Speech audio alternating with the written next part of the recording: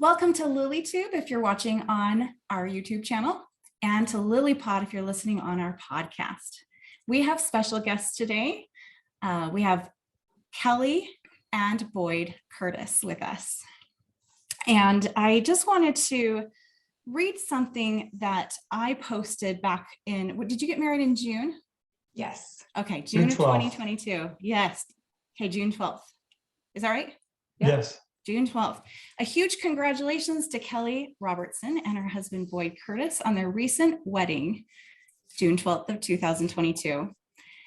They have been through some ups and downs in their relationship, including some fear triggers and hard conversations, like Jeff and I described in our own love story in Intentional Courtship.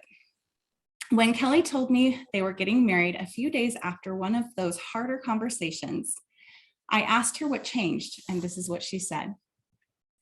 When you recognize and put fear in its place and focus on faith, miracles happen. It's one of my favorite quotes ever. Yes, and those are Kelly's words. Yes. Yep, that came straight from a text. Kelly also expressed, "Thank you for writing your book, Intentional Courtship. Even though I have not yet read it, just seeing it next to my bed, just reading that title has blessed my life immensely. I intentionally choose not to live in fear." I love that word, intentionally, intentional. Your work with the book and in Lily has been instrumental in my approach and attitude shifts towards dating. And I just want to tell our listeners and viewers that you can access Intentional Courtship and its powerful magic and put it on your nightstand. You can find it at Amazon.com. So welcome, Kelly and Boyd. You've been married a few months now, and we would love to hear, actually kind of go back to how you met and your love story. And very quickly before that, just tell us how long each of you were single, and then we'll. Yes.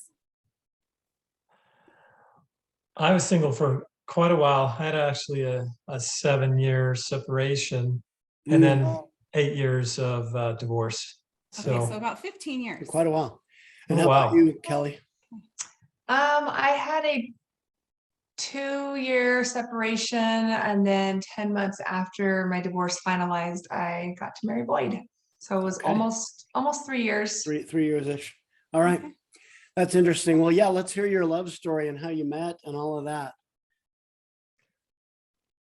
Well, we had a mutual acquaintance, and so we met, about a year and a half ago or something like that. And we just kept running into each other at different events.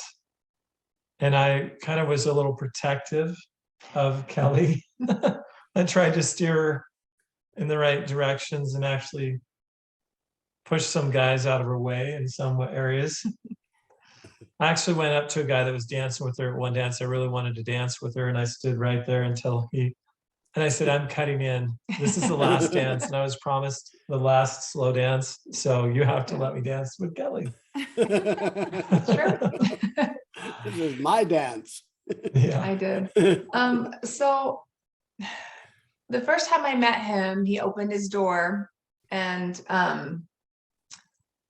I was going to show up and play some games and stuff, and hang out at his house with one of his roommates. And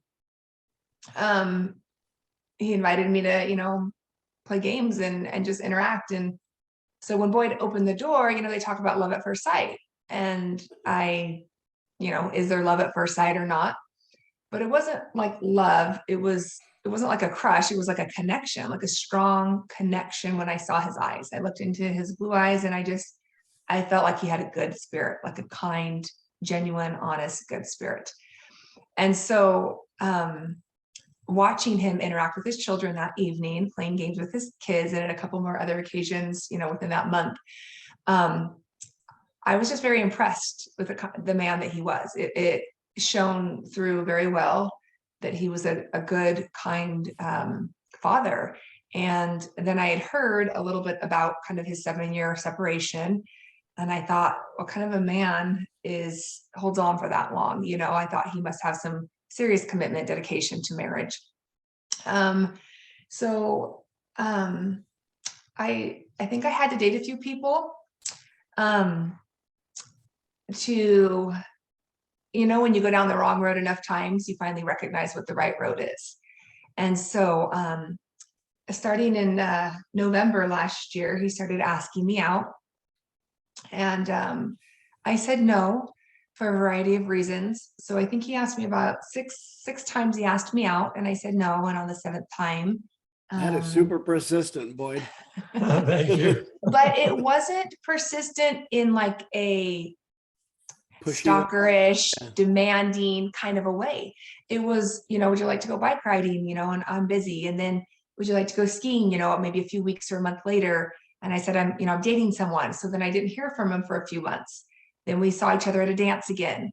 And then, it's, do you want to go to a party? And I was like, oh, I'm busy. And I had told him actually in April, I said, I've sworn off dating in January. I'm done dating. I said, I had some very specific counsel and a blessing that I received, a priesthood blessing, that I was to leave the matter of whom to marry in the Lord's lap.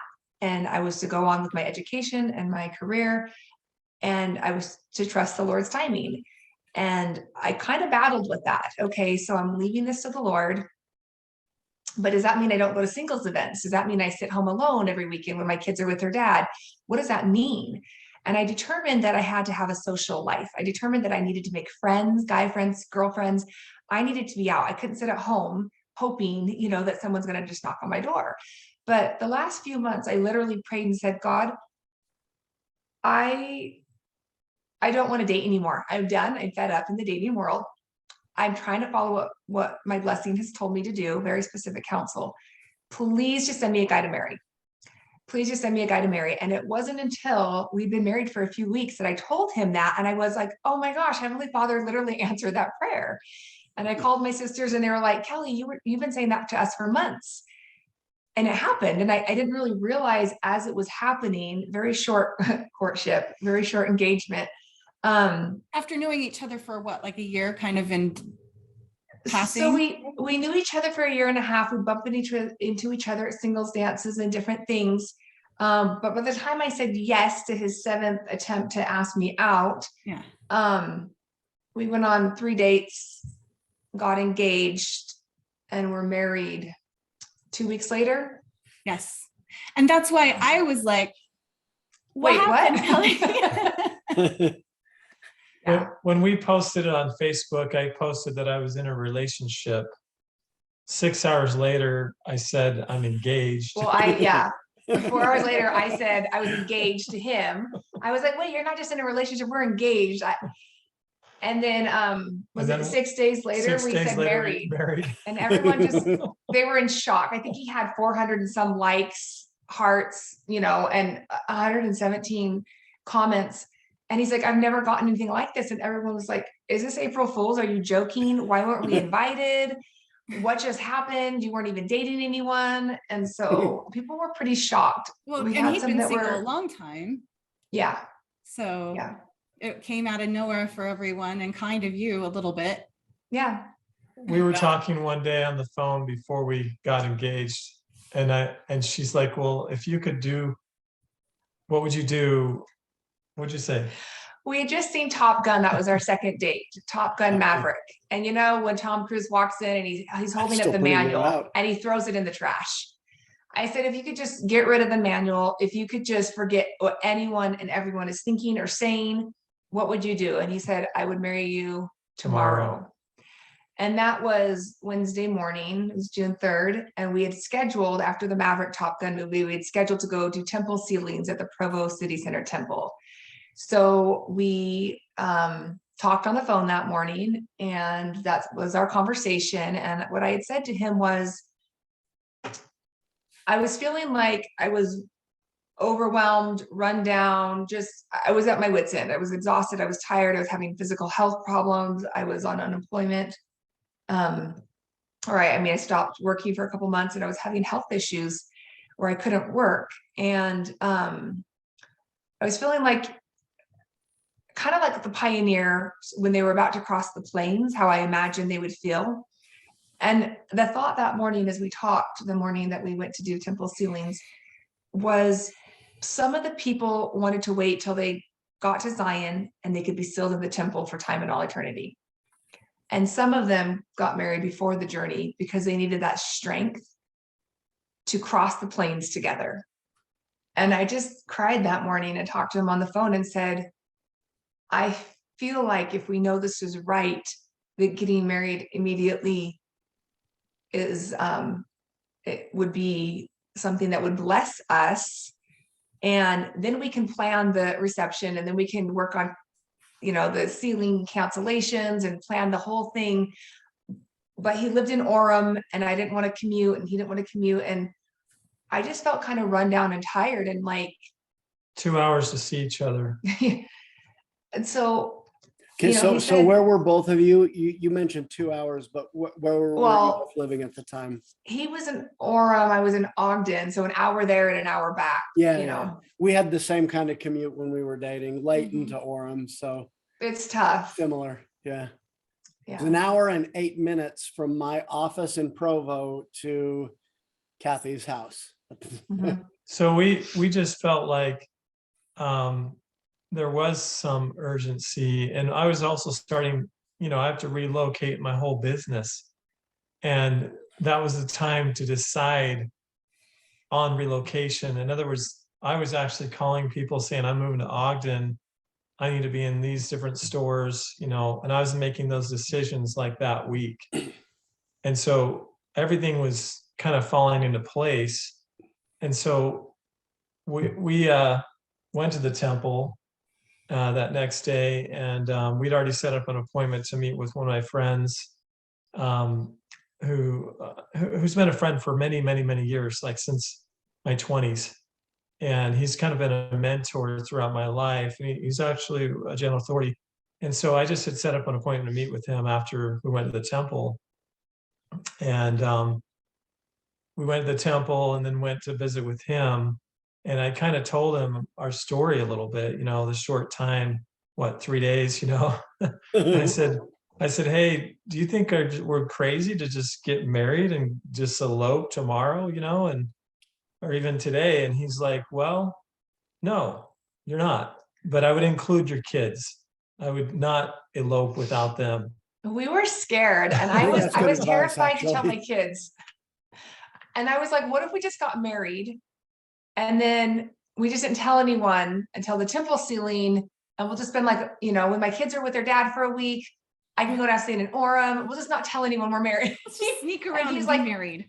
He's like, no, don't do that. Do not. So his sons were working out in California, and we called them up and told them, and they were working 6 days a week. And we flew them in Saturday night. They got in at like 11 at night. I don't know. We back up. Yeah. So after we talked with Merrill Bateman, he says, you're not crazy. Just make sure you let the kids know and include them in this whole process, Yeah, because trust, build on that foundation for of sure. trust. And so basically, after Merrill had said, this is not crazy. You've waited a long time. There's a beautiful woman here that wants to be with you, wants to marry you. And so after that, I went back to the Provo Temple on the lawn. He told me, we didn't have a chance to walk around and look at the flowers and the temple grounds. Would you like to go back? And in my head, I'm thinking, yeah, go ahead and take me back there so you can propose, is what I was thinking. And she'd actually written me a letter earlier that day. She told me not to read it yet. Oh, you didn't even know until after you'd proposed. I stuck it in his scriptures. But it actually said at the bottom of the letter, I would enjoy being yours for time and all eternity. So it already said it in the letter. That was before I'd asked her. But when we got there, I was trying to figure out how to propose on the temple grounds, Provo City Center Temple. And I was really a little bit sad because I'm like, there's no one here to film this. This is just, kind of spur of the moment here. And so as I knelt down to ask her, and I did ask her, and she said yes. We noticed in the rotunda, there were a couple of girls jumping up and down and squealing. And so we went over there and wanted to ask them to take our picture. And then they spoke Brazilian or Spanish or something. They were from Chile and Argentina, and they were crying, like literally crying and hugging us. And we're like, what is happening? And they had actually videoed me proposing to her. Yeah. And it was just so interesting because that was something that was important to both of us to have that video. And then they actually did that video for us. That's So that was fun. kind of cool. Yeah. You always have that. We got engaged on a safari in Africa, Oh, fun. Wow. and I was filming it That's because right. I asked Jeff to repeat something he said about climbing a steep hill together, but that there were good footholds.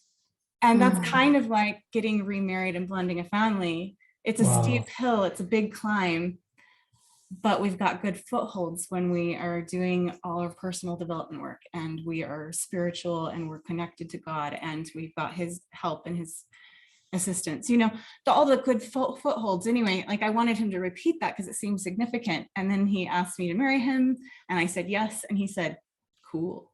Cool. And I've It was got cool. that on film. It was one of the coolest moments ever. One of my grandmothers actually wrote down, she had a dream and she was at the bottom of a mountain, a large, huge, very difficult climbing mountain.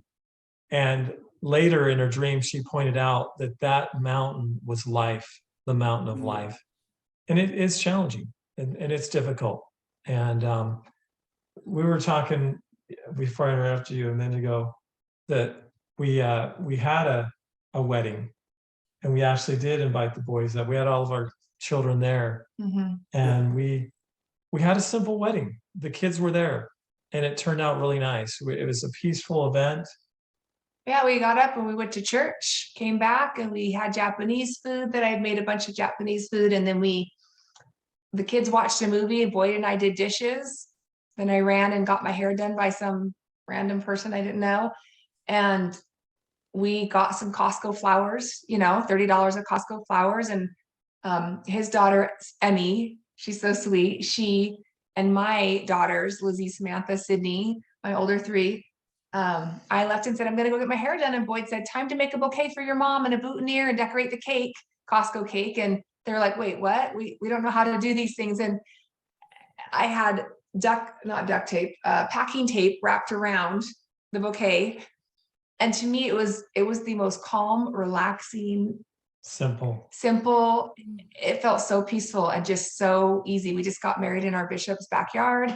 He and his wonderful wife, my dear friend Deanne, she made Chinese, Indian, what was it called? Help. Mexican food. I think I'm hungry. She made an amazing Mexican meal, and they set up, a tent and lights, and they went way above what I was thinking. I just said, we just want you to just marry us and have our kids. And I think we felt so excited just to start our lives together. And we knew it was right. We knew it was an answer from God. It was a gift and a blessing.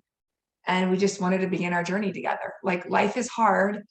Single life is really tough. It's lonely and we didn't want to spend all this time planning some big celebration.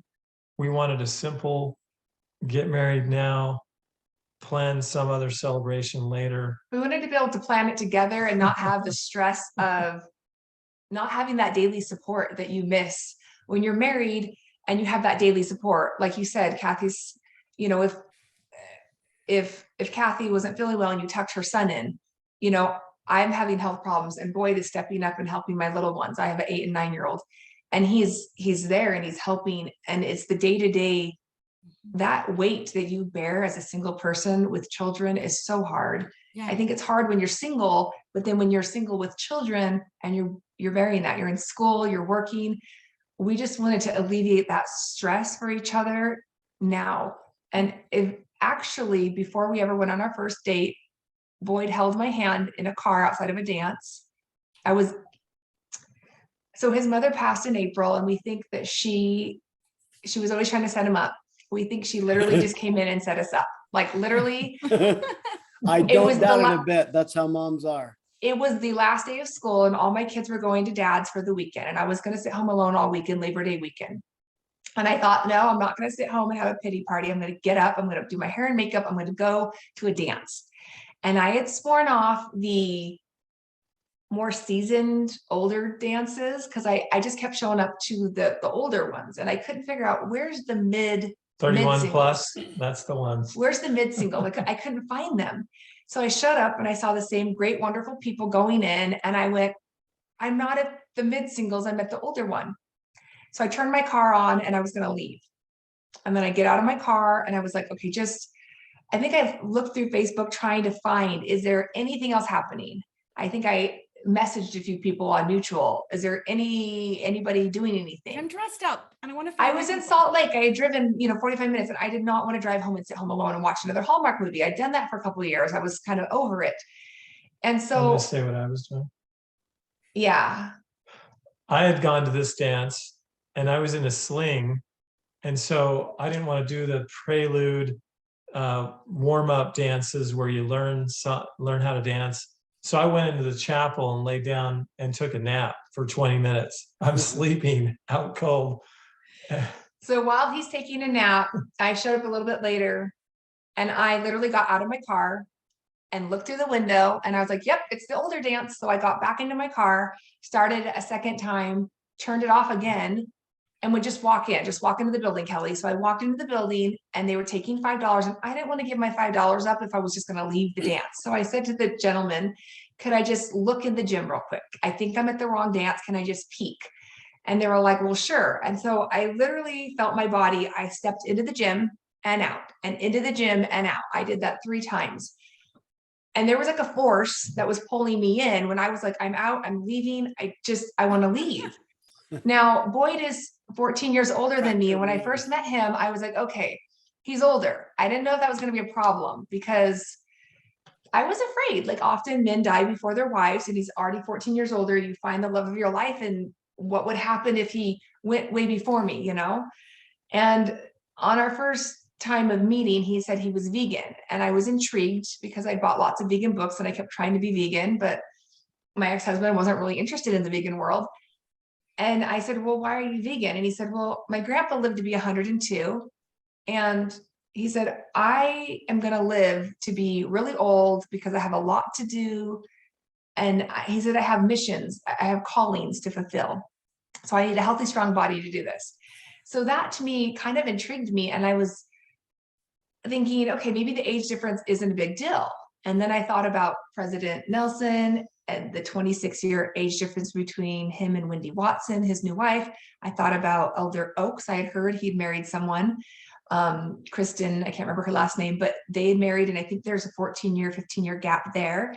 Yeah. And so anyhow, I went into the gym and I thought, okay, I'm just going to shoot straight for the food on the other side. You walk across the gym and there's the big open door that goes up, for the food.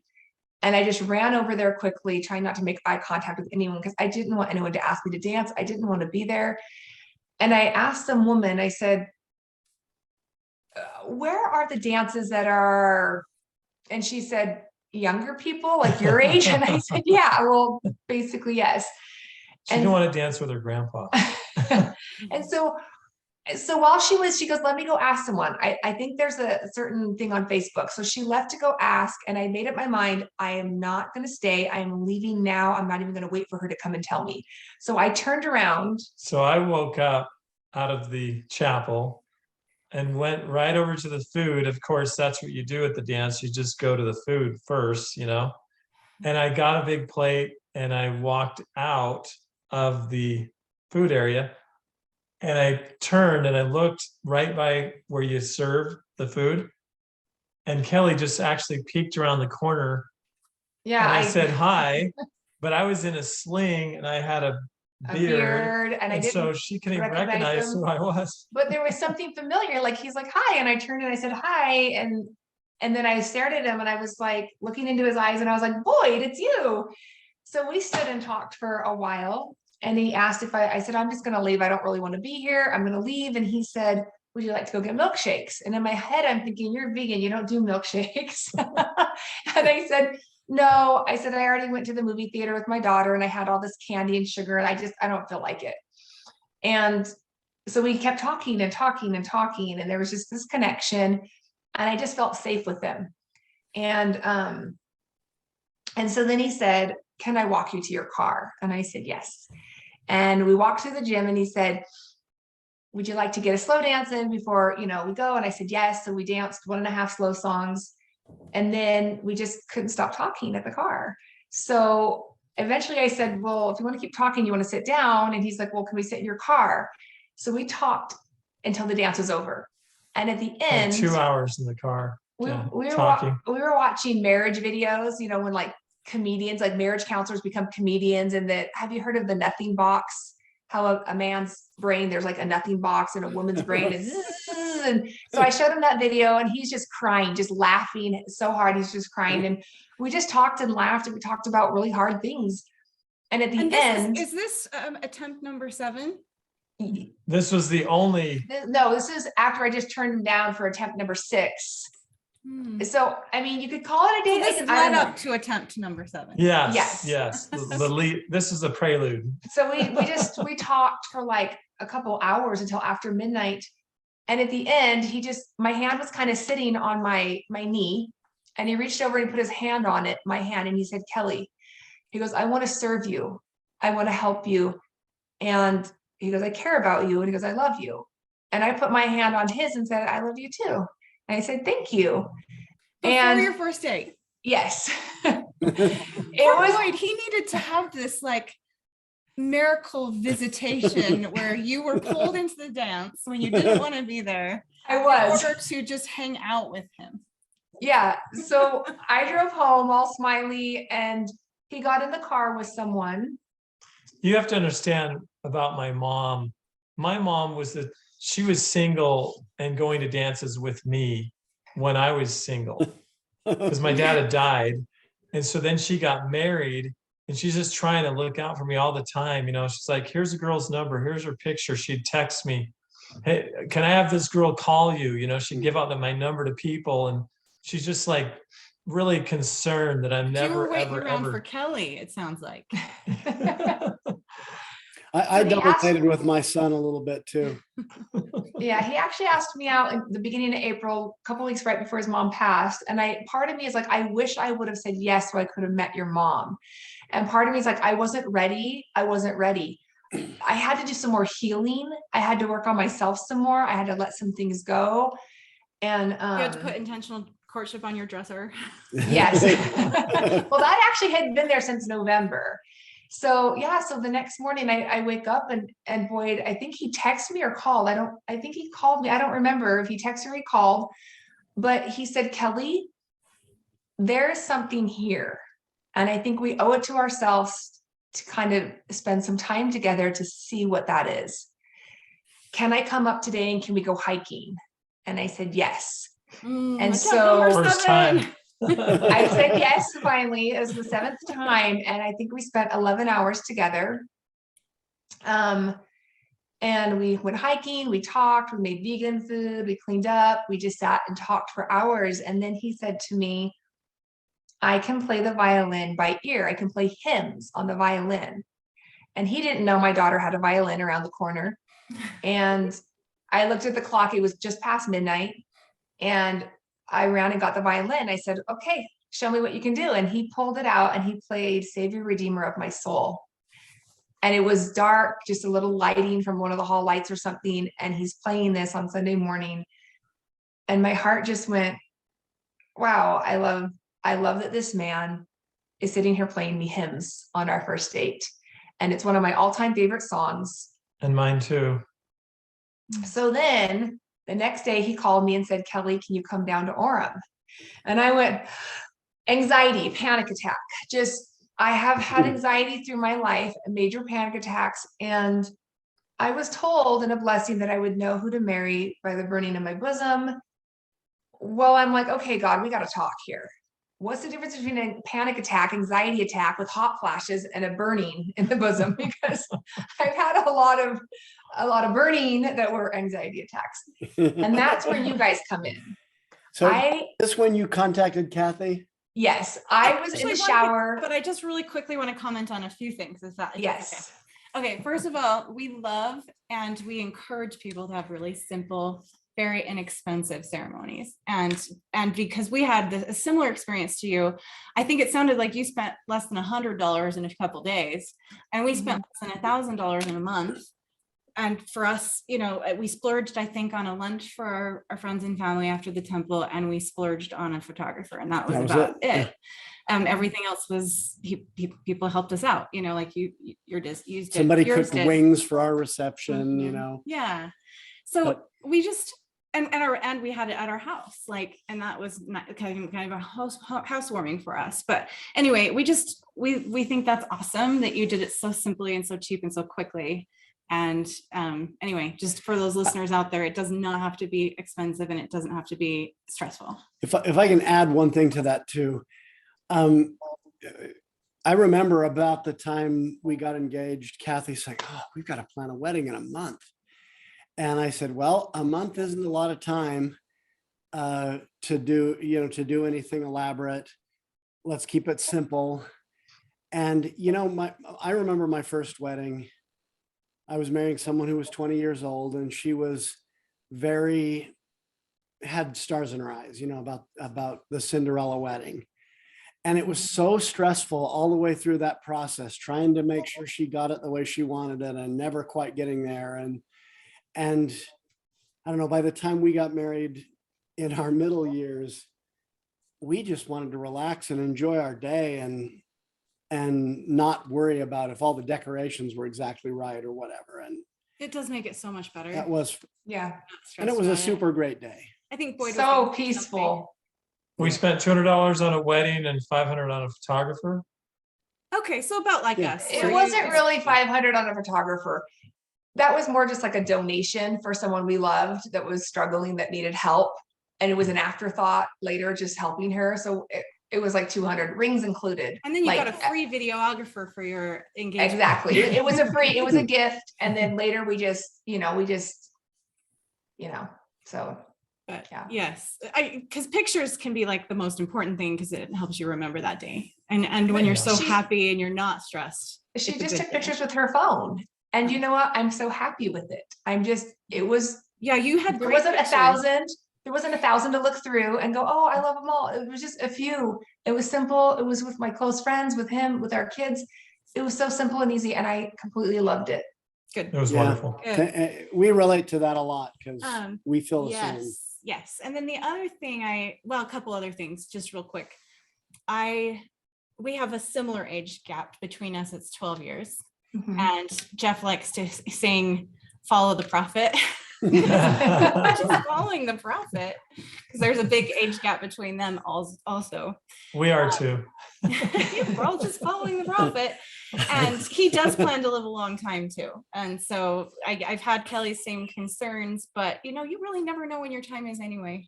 So you might as No. well end up with the person who's right for you. I mean, Cathy attended my grandmother's funeral with me earlier this year.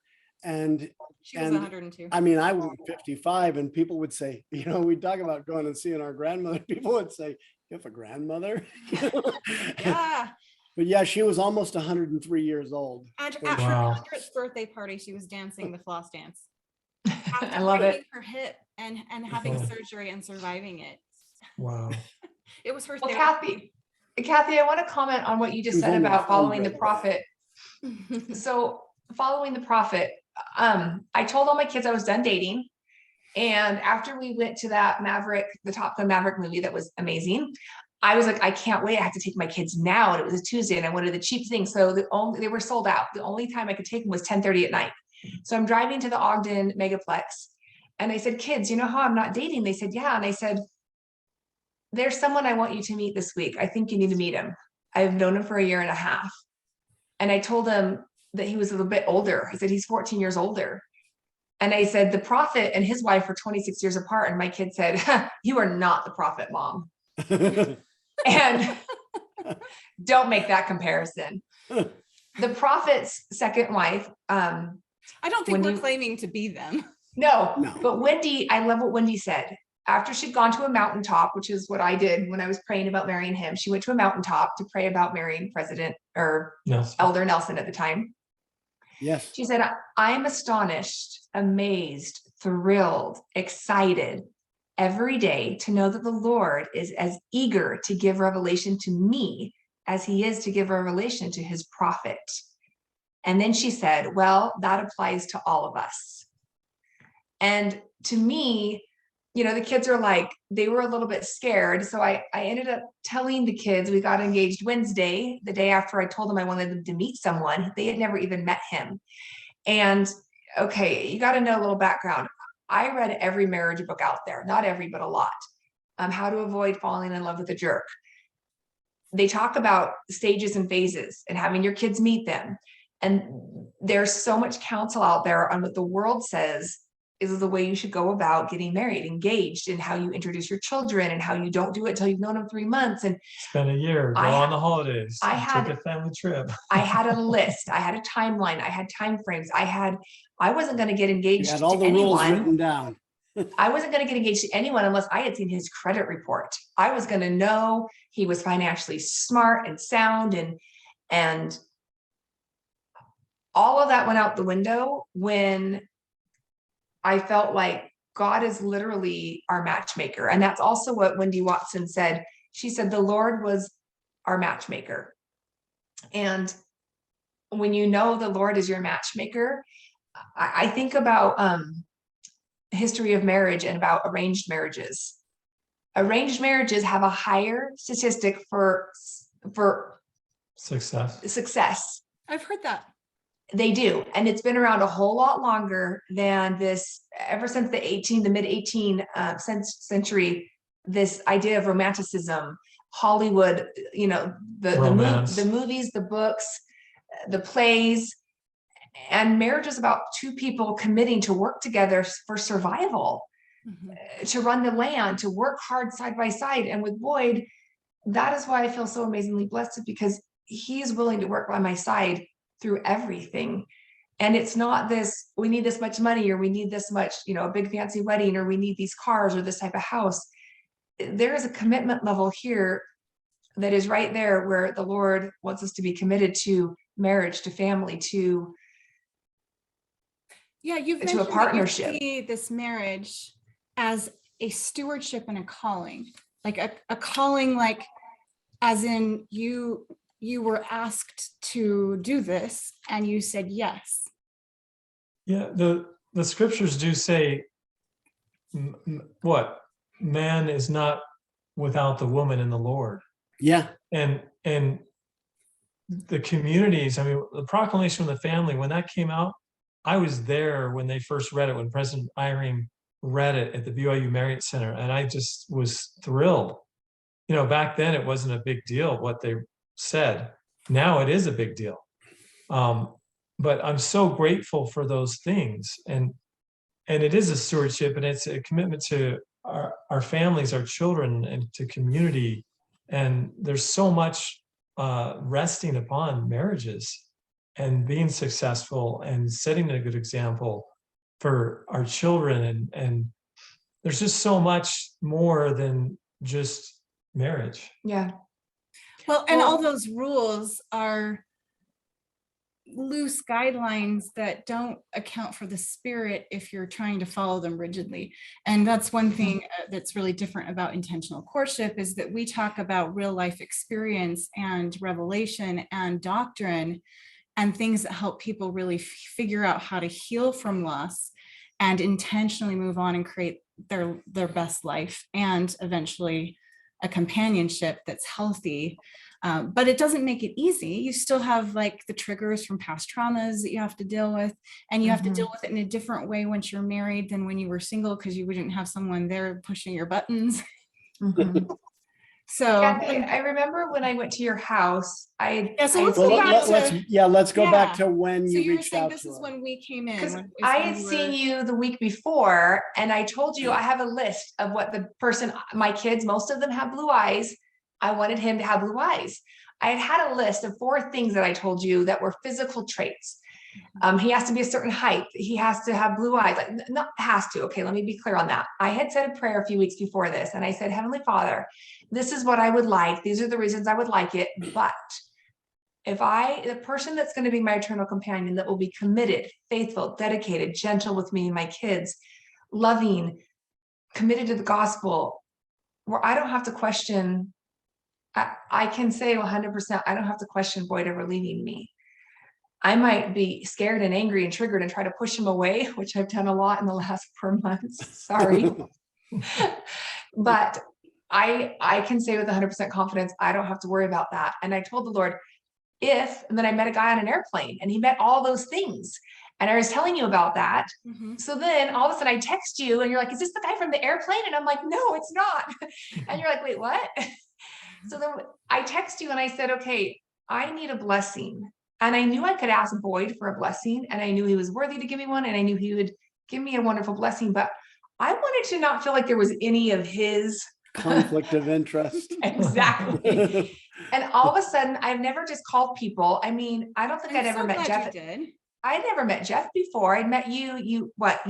You drove when I was donating plasma to give me your book for intentional courtship for a friend. You're so sweet and wonderful. And you're like, I have a signed copy, and you drove to the plasma center to give it to me. And then you met me at my house once. And I hadn't met you other than that. And I never met Jeff. I think I talked with you both on the phone once. But to say, I had never called anyone and said, I need a priesthood blessing. Can you give me one? But I felt prompted to call. And so I texted you and said, would Jeff be able to give me a blessing? I'm going to go meet a guy. I need to be prayerful about whether I should date this guy or not, because I kept finding myself in the same kind of pattern dating. And to go back, you were saying you weren't sure the difference between anxiety or a panic attack and the spirit. in your heart. Yeah. And so that I was panicked that morning. Sunday morning, I was panicked. I was so afraid to go see him. I was scared and I was stressed. And there was someone very dear to me that I love that I think had spiritual experiences to marry someone, and then she got scared and didn't. And I think she regrets that. And I talked to a sister and said, there's this guy, can you pray that I'll have a revelation whether I should, date him or not? I said, he's a bit older. And she said, how old? I said, 14 years. She goes, oh, move on. That's too old. And I stopped her and I said, no, I feel like I would be making a mistake and pushing away the very thing that I've been praying for, the exact thing I have been praying for and asking for, a miracle. God is putting it in my lap right now. I really think that, but because of age, because of other things, I didn't want to trip myself out and scare myself and push myself out of what God was giving me because of my triggers and my fears and my stinking little list and what all the other marriage counselors. I mean, if you tried to follow all the parenting or marriage advice from everyone out there, there's no way to do it because there's so much contradicting stuff. That is like what you said, Cathy, you have to have the spirit there. So that's when I messaged you. And on my way down to see Boyd, I stopped and I had a priesthood blessing from Jeff. Thank you. And Cathy and Jeff talked with me and they listened. And Jeff, I love what you shared. The scripture, was it 1 Timothy or 2 Timothy? Yeah, 1 Timothy 1:7. 1:7. Yep. What is that? For God hath not given us the spirit of fear, but of power, of love, and of a sound mind. Yes. And I thought, okay, fear comes not from the Savior, but the adversary. And then Cathy, the favorite thing that you said to me, you said a lot of great things that I wish I had recorded or written it all down. But Cathy, before I got the blessing, she said, Kelly, he's your senior companion, not like senior citizen, like you get all the discounts and Medicare. He does Medicare, by the way. And he's like, I can't wait to be 65 and get on Medicare. But you're like on a mission. And I served a mission in Japan. And you said, he's like your senior companion. And because you'd mentioned his spiritual strength. In every way, he is absolutely my senior companion. He has patience and grace and ease and forgiveness. And I am just like a basket case. And this dear, sweet man, he is in every way in Japan, in Japanese, they say senpai. He's my senpai. He's my senior companion. And everyone meets us and they go, oh, Boyd, you lucked out. Oh, Boyd, there's your better half. And they don't even understand. He is the better half in every way. It doesn't matter that I'm younger. He just has 14 more years of wisdom and calm and chill. My kids like him better than me. That was one of my biggest fears. I'm like, they're going to like dad best, stepmom and stepdad next, and I'm going to be the bottom of the barrel. He loves you. They'll come back to liking you too. That's my hope, Kathy. Because my oldest did the same thing, and I think he likes me now again. Oh, good. I thank you for giving me But that. yeah, there hope, was a because while he liked me and not her. I'm like, if this doesn't work out, my kids are gonna be like, where'd Boyd go? We want him back, Mom. We could, I know the kids love us, but there's a lot of healing and repair to do when you've been through divorce, when you've been in a lot of trauma for years. You're working, you're going to school, you're trying to take care of the kids. There's a lot that gets left undone. There's a lot of poor choices, a lot of anger and stress that the kids have seen as I've gone through this process. And Boyd has just come in like the calm after the storm. And he's just felt like he's stabilized our home. Right. And then you went and had that conversation. I remember following up with you the next day. I said, how'd it go? And she's like, it was such a terrible mess. I don't remember exactly what you said. I said I was so overwhelmed. We talked about, when you talk about every hard, heavy thing you can bring up in a relationship we basically hit it all. Yeah. And you didn't elaborate. I just remember thinking, oh, I'm kind of surprised. Like it didn't go better. It was We pulled all the exhausting, I think. skeletons out of the closet all the skeletons and came talked out, about and each one of them. it was overwhelming, but it was amazing because I think if anyone else had brought up what we had brought up, if it wasn't the Lord, if we didn't have the confidence 100% that the Lord is truly being our matchmaker, that he was answering our prayers, a miracle was taking place. So that Monday morning you messaged me, Kathy. Boyd had messaged me and said, do you want to go hiking? I said, yes, no. And then I called him, and then I was panicking, and he's like, what's going on? Are you okay? I said, I am freaking out. I am terrified. And he said, Kelly, if this doesn't work out, it's okay. I won't be upset. I was like, I don't want to hurt you. I don't want to hurt me. Wants to hear, right? It was just, he was never pushy and forceful. He was persistent in the most respectful standoff back kind of just, he would just be there. In fact, he was in clear April, about what he wanted, but he was not very to the point that intentional. he was pushy. He told me before we ever went on a date, he told me before all the dances, he said, Kelly, what's your age? And I said, my age. And he goes, okay, my limit's 15 years. I won't date a girl younger than, 15 years with the age gap. He said 14 years. So you meet that. He was very, very, very intentional about letting me know his intention was to date for marriage. I love when Jeff brought up that he wrote you a letter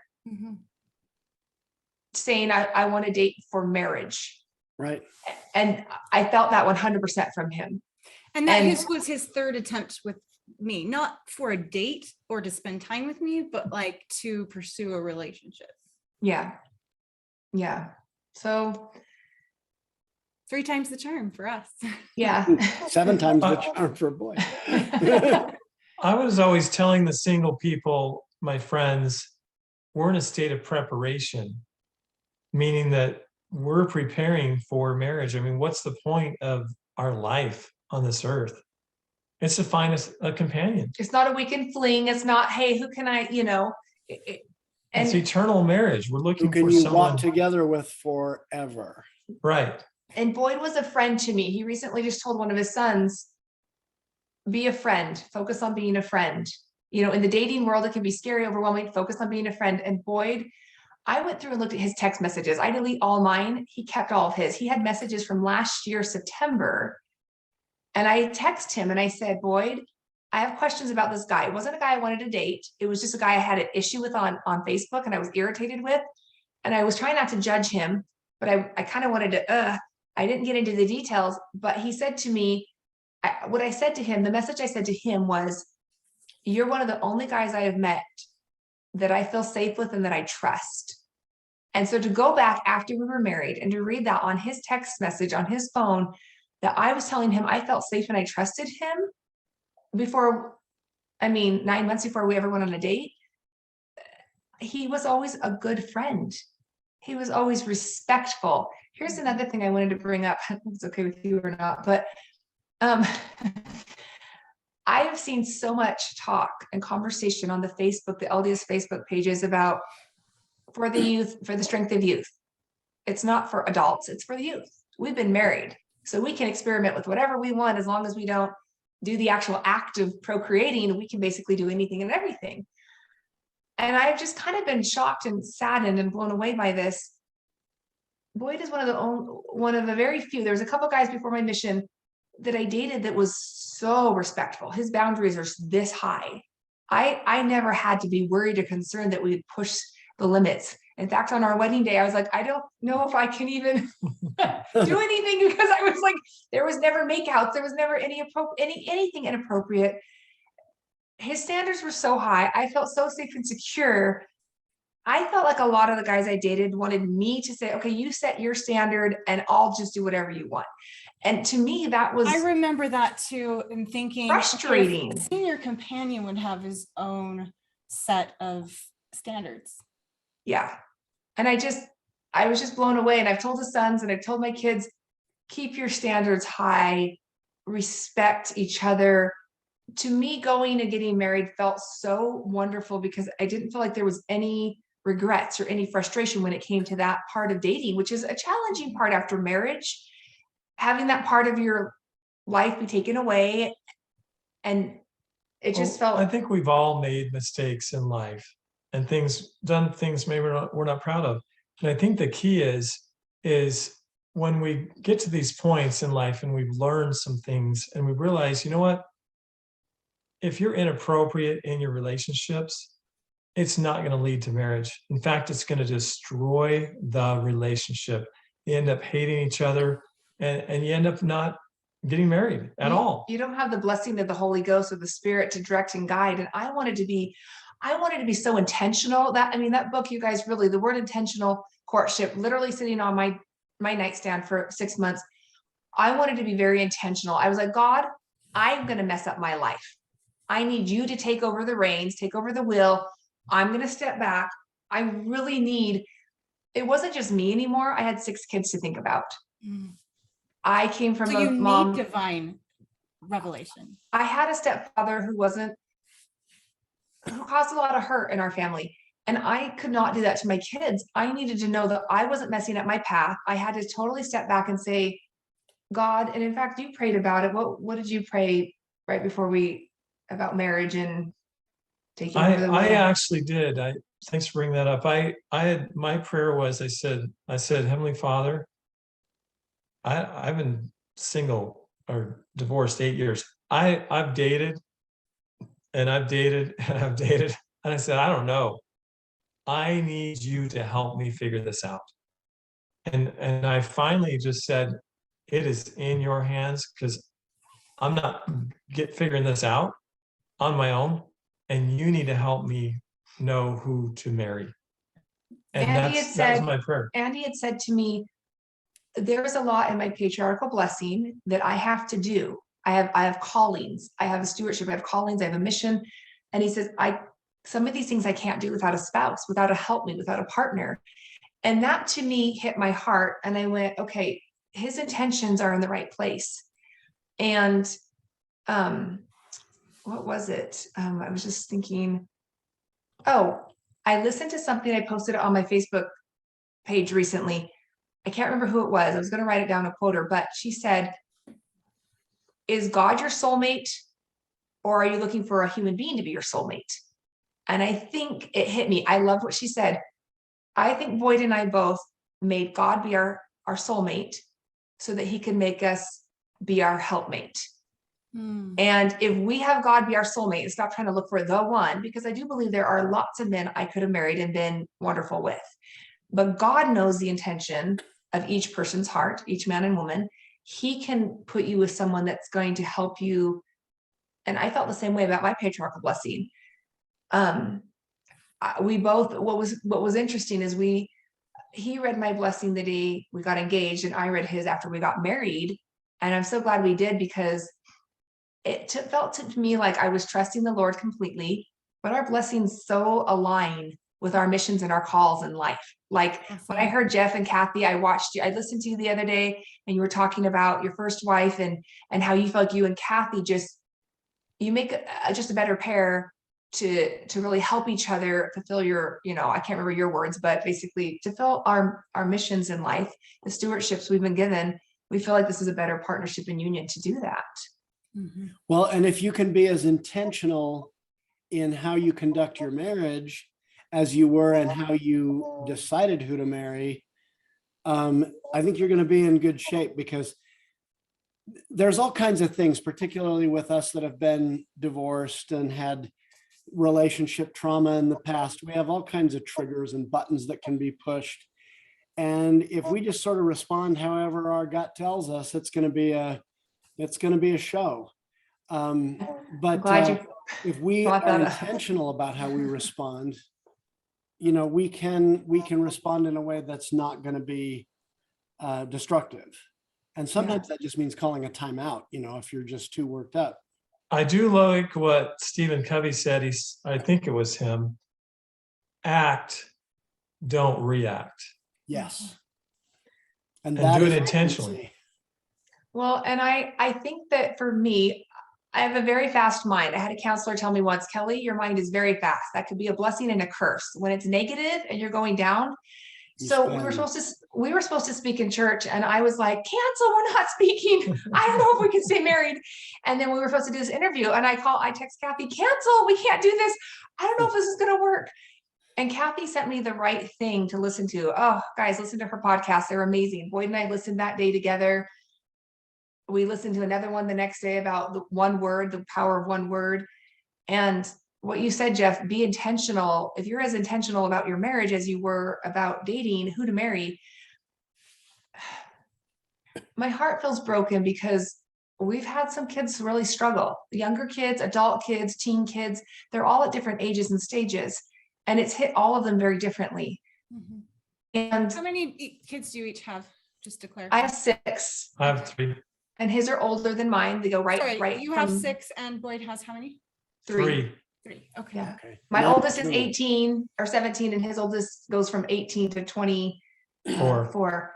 Wonderful, amazing kids. They're all amazing. All 9 of them are amazing, amazing. But they're all different stages and phases. And I've had to question and wonder, was this the right thing? If our kids are hurting, some of them are hurting so bad. Some of them are thrilled. Some of them I think are indifferent. Some of them are like, whatever, we're grown. And others are really hurting.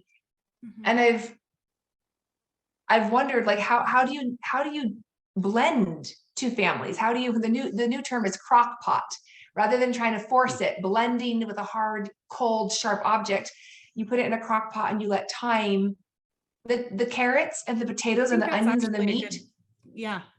All of We those always things. I mean, think about Chicken it. takes a long time to cook. Mm-hmm. The carrots are going to be always harder than the onions. Teens might take it harder than my 8 and 9-year-olds who are they adore him. They just love him. And so rather than trying to force it together with a cold, sharp object instantly and have it be a smoothie where everything is one and it's not its own unique individual, a crock pot at the end, they're softened to their own softness, and it takes warmth and it takes time. Yeah. And I think what I do get crock pots require? warmth, No pressure. patience, Patience. and time. I want to hit the blender and I want us to, we're happy family. And that's not how everyone can handle it. The And blender boy, is how it's- your brain works. And this is why you want it to work that way. It's so hard. And he's just so calm. And he said to me the other day, honey, if you put your brain inside mine, I would explode. I would just, A nuclear explosion. and one funny thing I have to say, we were on a family trip, our first family trip with 9 kids to California. And I said, sweetie, if you knew everything you know now, would you still have asked me to marry? And he goes, those are questions we don't ask or answer. And after hanging out with me and going on a trip with me, because a lot of people, I've had people say, you don't get married until you've been through all 4 seasons, spring, summer, fall, winter. You don't get married till you've been on 2 road trips together. So I said to him, would you still have asked me to marry you right now, knowing what you know about me now? He said, oh, we don't answer questions like that. And I laughed. I said, you're such a wise man. You're so wise. So Don't confirm or deny. he's good about keeping his mouth closed. And I am like, I got to solve it. I got to fix it now. And I told him, honey, you just keep being calm. And in 5 or 10 years, I'm going to catch up to you. So just be You're going to patient get with more me. twinkle over time. I'm going to be more seasoned and a senior companion at some point. On my mission, I got in a fight with a Korean sister. Jung Shimai and I were fighting, and she said, you're the senior. I said, no, you're the senior. She said, you're the senior. You're the senior. We called our district leaders, our zone leaders, fighting and arguing. They said, stop it, sisters. You're both seniors. I said, no, I can't be a senior companion. I was terrified. I was terrified for the weight and the pressure. So I'm glad he's willing to take that role. Yeah, well, and I believe it was the serenity prayer that I referred you to and that you listened to and felt calmed by. And, we're all going to have hard days, but I know when you came to yourself and you were feeling better, Kelly, you said, I know I married the right person in the right place at the right time. And when you know that, you can always go back to that when things are hard, when you have a bad day, or when your kids are struggling and you wonder if you made the right choice. You did. Mm-hmm. And I know that we're probably running short on time here, but I like what Bednar brought out too with the triangle in marriage. If we both have put God first, that's so important to both of us. We want to serve missions together. We want to serve the Lord. We want our children to be brought up together in the gospel. But if God is at the point of your marriage and you two are at the bottom of the triangle, as we both get closer to the Lord, we become closer to each other as well. And so that is so key. And I even draw circles around that triangle and I add the children to it, Yeah. And as you have that triangle that keeps getting closer together, that's how we can become one too. One with God, one with each other. And that to me is so important. Sometimes we get lost in the physical oneness or the intelligence oneness, but see, if we focus on the spiritual parts of being one and make that more important than all the other ones fall into place. Because really, actually, physical intimacy, it's what, 10% of a marriage? It's kind of a small number. Intellectual, that's another 25%. I don't know. But as we dial into what's most important, then we actually have a good, solid marriage where we're one. And I think that's more important than anything And that else. dialing in on every level, physical, mental, emotional, spiritual, all of those things, I think is what gives us the footholds to go towards God and each other. I like to say that I can love Cathy more by loving God most. Yeah. And I think it's true. I can love Cathy more by putting God first than I can by putting her first. And that's what Boyd says to me over and over. He says, Kelly, I pray for God to show me how he sees you now and how he sees that you can become. And he also says, Kelly, because I have cried. Honestly, I've said, just go. I feel so bad that I can't be up to here right now. My physical health, I'm having lots of problems. And he said, Kelly, I would rather be here in your home serving you and your children. These are God's children. You're God's children. My time on earth is to be used as God sees fit. And serving you and your children, my children, our children, that is how God wants me. And he's like, I am so happy. He's like, I could be watching, season after season, episode after episode of who knows what, sitting at home alone. And he's like, I would rather be right here with you, serving you. And that's been hard for me to feel like I have to accept. But then I think, okay, God gave me a gift. Are you willing to accept?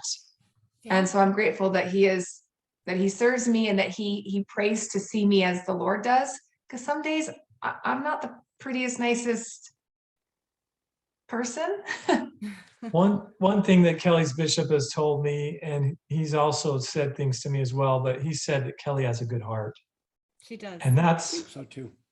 Helped me a lot, because as we look to what the Lord sees, and I do pray for that, I ask the Lord to help me to see Kelly as he sees her. And as we read patriarchal blessings and as we think about these things, we can see past the moments that are hard and realize it's okay. It's okay to have a bad day. It's okay to have a good day. And in conference, they've told us life is a test.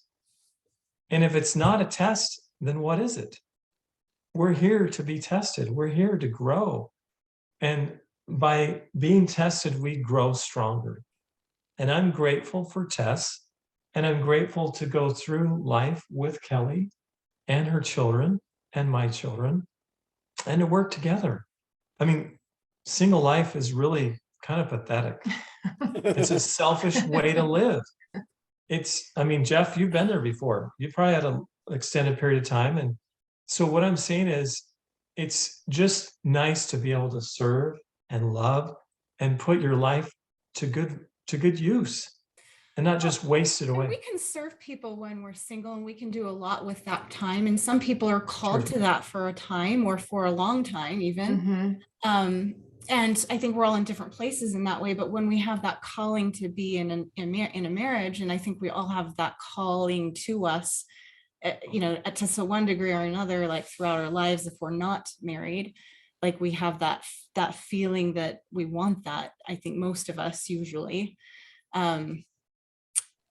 then we end up with a different set of learning experiences, I think, in marriage. And something I wanted to point out is that when you remarry after divorce or widowhood, and you've been married before and you have children and you have a life and a career and all of that stuff, it is so different than when you're young and you just kind of get hitched to the person you think that you can move forward with. And then, and you establish your family over time. You are actually newlyweds with an already established family. And somebody mentioned that to me recently. I'm like, and that, I guess, is the question, is how do you be newlyweds and figure yourselves out and your relationship out while you're also trying to be parents and step parents? And it's a lot. And I think I'd be surprised, honestly, if any of our Lily couples who've recently gotten married weren't having challenges in that area, because we're going to get triggered and pushed. Our buttons will get pushed in different ways than when we were single, when we all of a sudden we're living on top of each other and we don't have like our space the same way as we knew it before. So totally normal. And our first couple years were pretty rough. I also had the health problems, and it was hard for me because I was used to being super mom and stepping up, like, and having to do it all. And I think it's almost like when your body knows it breaks down. If that's what I felt like. Finally, my body just fell apart, and the Lord said, okay, here's Boyd, let him help and serve you. And yeah, I just felt like, okay. And he's amazing to say, Kelly, your job as a mother is more important than any other work. And, if you need to stop school for a while, if you need to do this, if you need to do that, and just saying your mental health is so important, and all the other stuff will come later. It's fine, but there's a time and a season. And I'm just so grateful for that. And one last thing, I won't say anything else because I know we're out of time, but I love what he says to me all the time. The Lord accepts trying, and so do I. I'm trying my best, but I feel like I am falling on my face everywhere, trying to have relationships and trying to mend relationships that have been hurt and broken. And he just says, the Lord accepts trying. And he also says, we need to expect miracles. I'm expecting a miracle. And I'm grateful for his outlook on things. So Yeah. Kelly, can I ask you one more thing, kind of along those lines? What got you past that fear barrier that you referred to earlier? Like, what was the biggest factor? I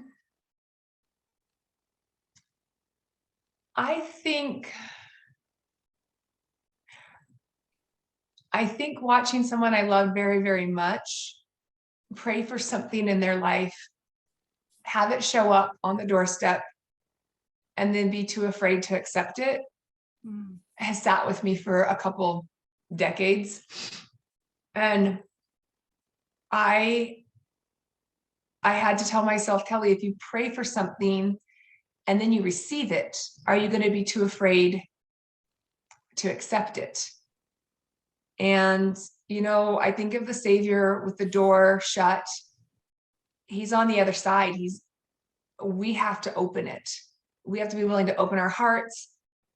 You two, your example, hearing your story, knowing that things don't always work out immediately. Like I had watched a few months prior to reconnecting with Boyd about you, Jeff, saying that break up nice. I can't remember how you said it, but basically break up nice. And thinking, like, knowing that you guys had your first kiss because you had dated and then not, dated and not, dated and not. Knowing those stories, having you guys be open and honest and forthcoming and trying to help people, having the book intentional, just sitting there, I wanted to be very intentional about my second marriage. Nobody grows up and wants to get married and go, oh, I'm divorced. I came from divorce. I did not want my kids to ever experience divorce. I begged and pleaded with my ex, please don't put our kids through this. You don't know what this is like. Your parents aren't divorced. Your grandparents aren't. So many people in my family are. And I did not want that for my kids. But accepting that the Lord could make something. The other thing that you guys did, what was it? We talked about the olive, how they cut away the olive branch and grafted in new. I had just listened to that and just told the man on the airplane about that. This man I met on an airplane, great, nice guy.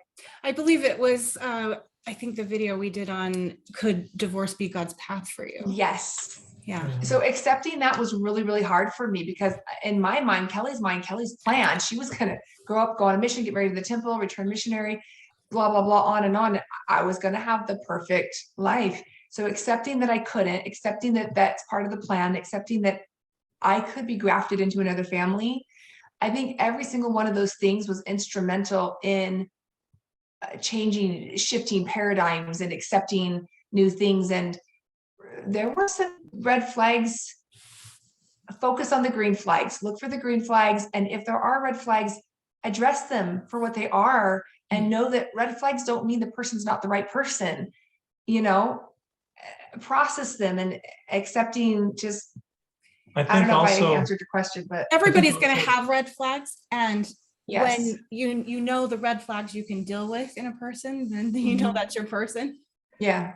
also, I think in the singles, I brought this up before too. Sometimes we think plan A is our plan when actually plan B is God's plan. And so we need to be okay with B, which is God's plan. We thought it was A, but it's okay and we to have actually B. think plan B is plan A. We just Yes. thought that the other plan was plan A. That's all it was. And also, Kelly brought up a good thing. I was trying to bring this up earlier, but God did give us a gift of each other. Yeah. And it's our job not to reject that gift, because it's a really good gift. And in some ways, when we're afraid, we start rejecting the gift God has given us, and we don't accept it anymore. We're pushing it away. And so that's the key, is to realize it is a gift and it is from God, and to accept it and not reject it, and love it and grow it, protect it, all those things. Oh, yeah.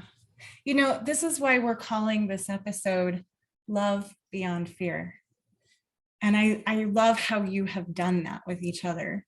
And I think you guys are going to make it. And I do think you're going to get through all the hard stuff.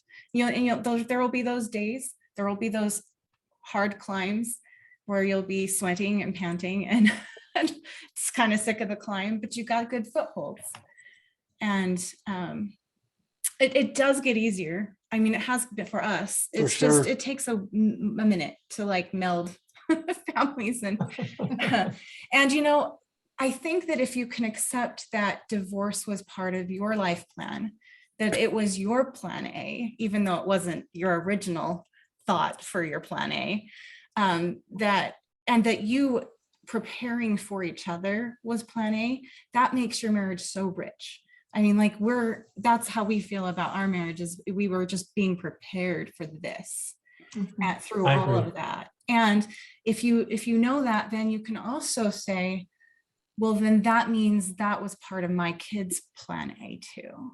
And I know that's not what you wanted or what you wished for or anticipated even, but we're all down here on earth to learn, and part of our journey is to experience some challenges. And that ends up being divinely appointed challenge for everyone involved, right?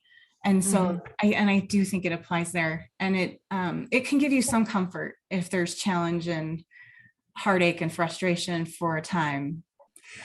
Let me say one thing part of the too. plan. Let me say one thing about blending families, because that's been a theme we've talked about a little bit in this episode. I think I would caution our audience not to think if there's, a certain amount of tension or issues, that means your marriage was wrong or that your prospective marriage is wrong. You've got you're both coming from different family cultures that you had built. And when you meld them, there's bound to be some hiccups and some issues. But when I think about how I tried to raise my kids, I know my generation was kind of a generation of helicopter parents, that you can't play with kids without a play date, and you can't play outside by yourself. And I don't know that we've always done our kids a service by protecting them so much.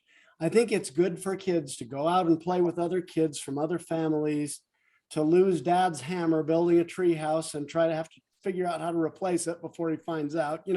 I mean, I think it teaches kids a lot of stuff about how to cooperate, how to play well together, how to settle things between themselves. And you know what? How to resolve conflict. Right. And in blending families, you're giving kids the opportunity to learn how to be flexible and adjust and learn to deal with stuff. Now, I do believe we need to ease into it somewhat carefully. Like the crock pot. At first, I didn't do much of the discipline or parenting. Once in a while, if the kids were being sassy to her, I would step in and say, please don't talk to your mom. Oh, which was so nice. But I left most of the heavy lifting on the discipline to her for a while. Now, 4 years down the line, I can do a lot more parenting than I could at the beginning, because the kids love me and they trust me now. And, we're a family. The fact that things may be difficult adjusting in the beginning, I mentioned, I think off mic, that her youngest son, I would put him to bed a lot of nights when we were first Oh, married. this was on mic. We talked about it already. Oh, was it? Okay. So she was, and it was because she was sick, but he didn't fully understand that. He thought, well, I'm just trying to replace his mom, and I want mom to tuck me in. Well, mom can hardly get out of bed, and he couldn't fully process or understand that at the time. But I think the great thing about kids is over time, they'll see who they can trust, who they can count on, who's going to be there for them. And I think this is where I wanted to mention this title of this interview being Love Beyond Fear, is that as you love your kids fiercely and they know it, that no matter what happens, like in your interactions and in your relationship with them, they eventually come around when they know they're loved. And when they know you love each other and more than you fear the new situation, and then they begin to trust it too. Mm-hmm. So that love beyond fear, I think, like the whole essence of your courtship, as fast as it was, there was depth there. And that depth, I think, really lends itself well to what you were wanting to create together as a couple and as a family. And all those long conversations before they even started dating, I think that is a big foundation stone, Yeah. So in combination with this conversation, we're going to be combining it with our Lily letter. We send that out weekly on Tuesdays to our subscribers. And the title of that letter is Giving Your Heart a Chance. And the title of our video that's going to be associated with this interview is on LilyTube, is anxiety stealing your joy?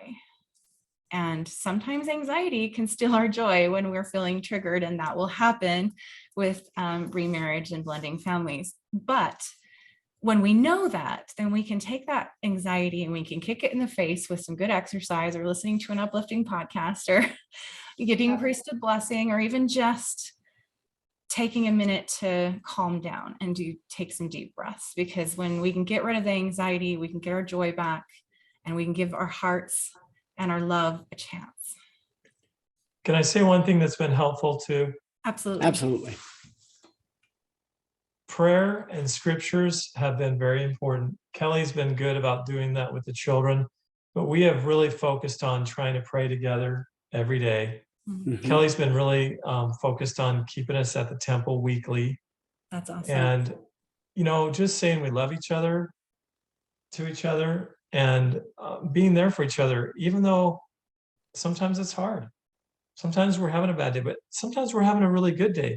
I think it's important to recognize the good days too, because sometimes we only see the bad day And so I think it's real important to recognize, pat yourself on the back and give Oh, yourself yeah. permission to do that. Throw a party every day. It's a good day. Seriously. Thank you guys so much. Yeah, thank you so much for being guests. We really appreciate you being here. Appreciate your faith. It's Mhm. been an inspiring thing to listen to. Absolutely, yes. And to our audience, we will say, anytime is a great time for more love in your life. Thank you for watching and listening.